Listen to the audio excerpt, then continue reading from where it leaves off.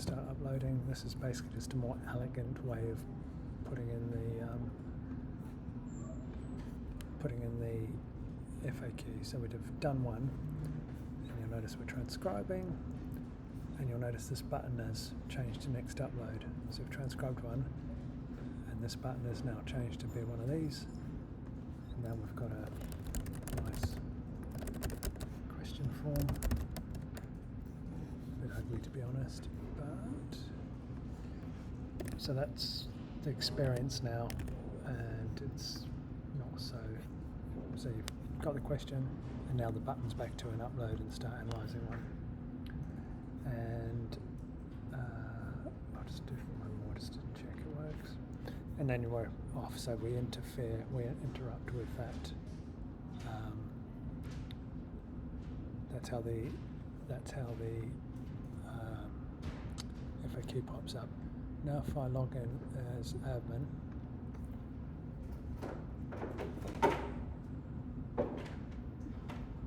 and I just need to log in as admin and go to the admin URL.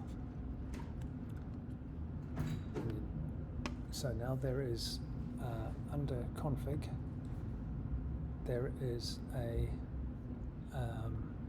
set the number of minutes delay before the delete file and redact any transcription and summation of information. So I've set it for 5 minutes for testing. So this is where if you want to redact, and so the reason it's redacted is because we need to keep the meta information of who's done what for billing purposes, diagnosis purposes. If someone phones up and says, hey man, I couldn't, something went wrong, we need to have the meta information to understand what accounts are using the system. So it'd be a bit naive just to delete everything. So this is and you want to set that to 120. That would be 2 hours, but if that becomes too long or too short, then you can change error log. So now I've wrapped the WordCab and the DeepGram API calls to capture any, if they return any failure, then it'll be logged in here.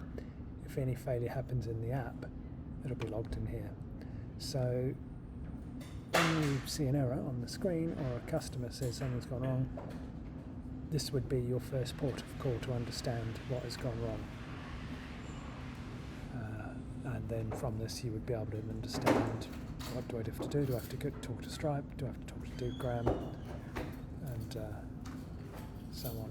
And so that, I think, is it. If I look through, and there's one other thing, in the export of the plain text, someone had noticed that the strike through HTML tag was still there, so I've added strike through as the tag to be removed, and now that is